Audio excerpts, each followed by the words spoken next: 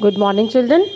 Today, in this video, I'm going to explain you the paragraphs of the chapter Madam Rides the Bus. Her first journey. What careful, painstaking, elaborate plans she had to make for it. She had thriftily means spend money carefully, save whatever stray coins came her way, resisting every temptation to buy peppermints, toys, balloons, and the like. And finally, she had saved a total of 60 paise.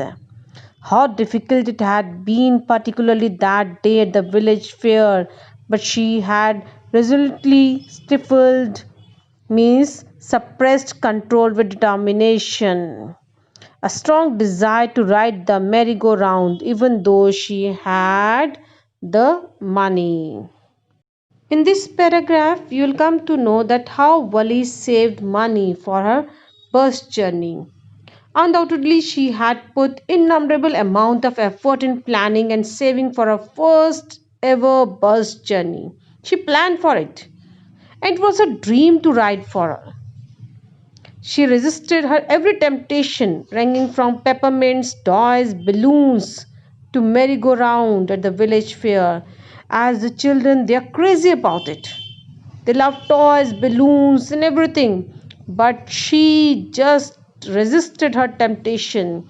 And after so many efforts, she finally saved 60 paisa. The next paragraph.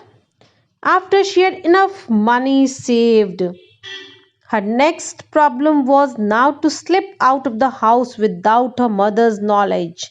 But she managed this without too much difficulty. Every day after lunch, her mother would nap for about 1 to 4 or so. Wali always used these hours for her excursions. As she stood looking from the doorway of her house, or sometimes even ventured out into the village, today these same hours could be used for a first excursion outside the village. Ventured out means went cautiously and courageously. As her financial crisis it was sorted out, she saved the money for the journey. But now the next problem she was going to face was to be able to sneak out without anyone noticing. Usually, Wali's mother used to sleep from 1 to 4 every afternoon. Wali used to benefit from this and used to go for excursion in the village. She used to roam in the village at that time, and this time it could be used for an excursion outside the village. That time she fixed for her journey. Now, next paragraph. The bus rolled on, now cutting across a bare landscape, now rushing through a tiny hamlet or past an old wayside shop. Sometimes the bus seemed on the point of gobbling up another vehicle that was coming towards them or a pedestrian crossing the road. But lo, somehow it passed on smoothly, leaving all obstacles safely behind. Trees came running towards them, but then stopped as the bus reached them and simply stood there helpless for a moment by the side of the road before rushing away in the another direction. Here, Hamlet, a small settlement with a few houses, gobbling up means to swallow or eat hesitantly. Now, the bus reached an area which did not have trees. It was barren land, the few shrubs here and there. It crossed a small settlement and a shop by the road. As the bus went with high speed, Wali thought that it would swallow the oncoming vehicles and pedestrians, but it passed safely, crossing all hurdles. When the bus was moving, it seemed as if trees were rushing towards the bus and would stop as soon as the bus reached them. That was her imagination. As she was just thinking like that. As the bus crossed them, it appeared as if the trees were running away from the. Suddenly, Wally clapped her hands with glee, means happiness. A young cow, tail high in the air, was running very fast, right in the middle of the road, right in front of the bus. The bus slowed to a crawl, means it slowed down, and the driver sounded his horn loudly again and again. But the more he honked, the more frightened the animal became, and the faster it galloped, always right in front of the bus. Wally was filled with happiness and joy when she saw a cow. Suddenly, a cow came running in the middle of the road, right in front of the bus. The bus slowed down to give her way and honked repeatedly. Unfortunately, it became more terrified. It terrified the cow and ran in front of the bus. It started running in front of the bus. As the driver blew more horns, the cow became wild and kept on running faster and faster. Somehow,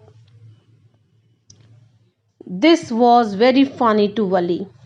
She laughed and laughed until there were tears in her eyes. Hey, lady, haven't you laughed enough? Called the conductor. Better save some for tomorrow.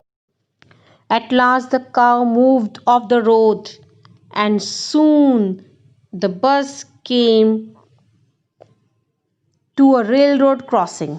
A speck of a train could be seen in the distance, growing bigger and bigger as it drew near. Then it rushed past the crossing gate with a tremendous roar and rattle, shaking the bus. The bus went on and passed the train station.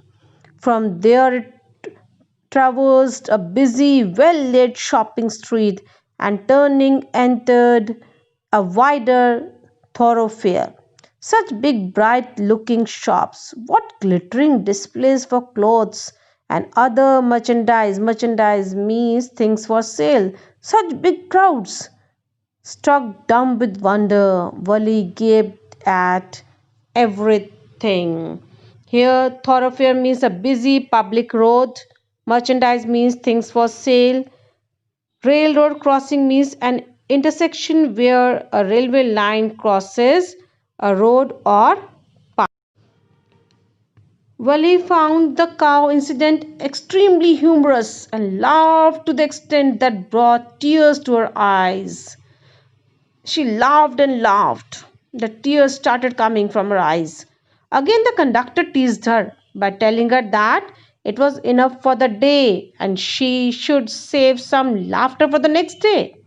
Somehow, the cow went off the road on its own, and the bus stopped at a level crossing from where the train was visible as a tiny dot.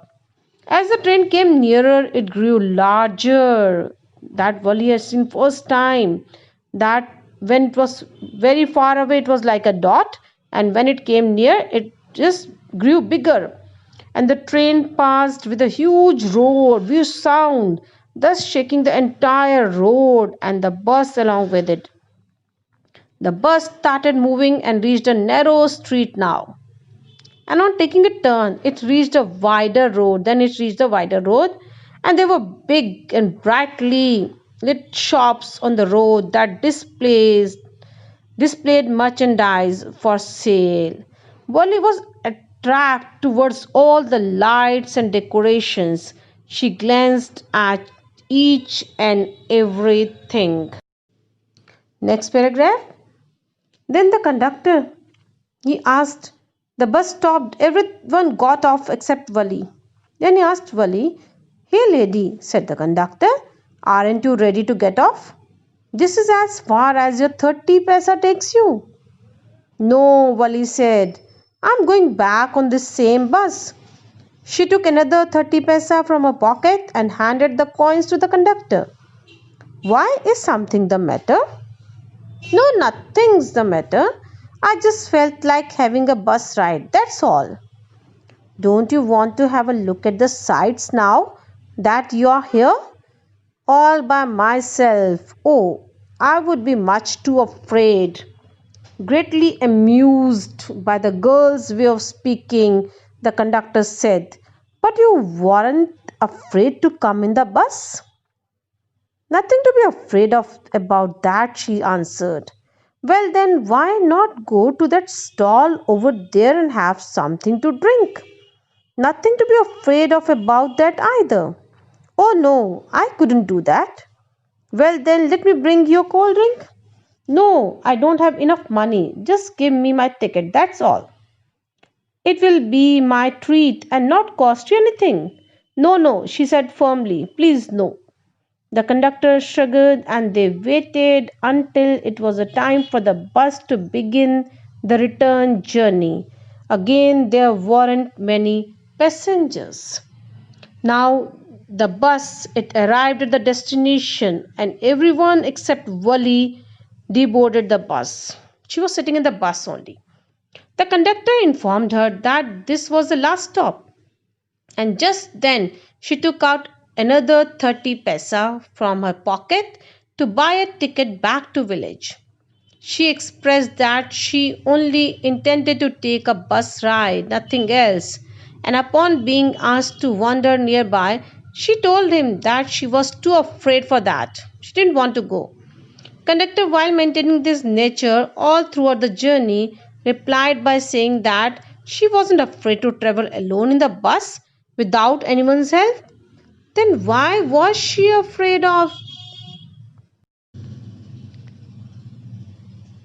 To this, Wali replied confidently, "As far as the bus ride was concerned, there was nothing to be afraid of in that." Then the conductor asked her if she wished to have a drink at the nearby stall, or if we could bring her a drink if she was afraid to go out of the bus.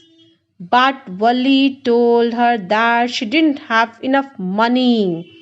The conductor insisted on it being his treat. He said that it's the treat from my side. But Wali denied. And both of them waited for a new set of passengers to board. Here, this video ends. And in my next video, I'm going to explain you the remaining paragraphs, that is part 4th of this chapter, and the message given by the writer. Thank you. Have a nice day.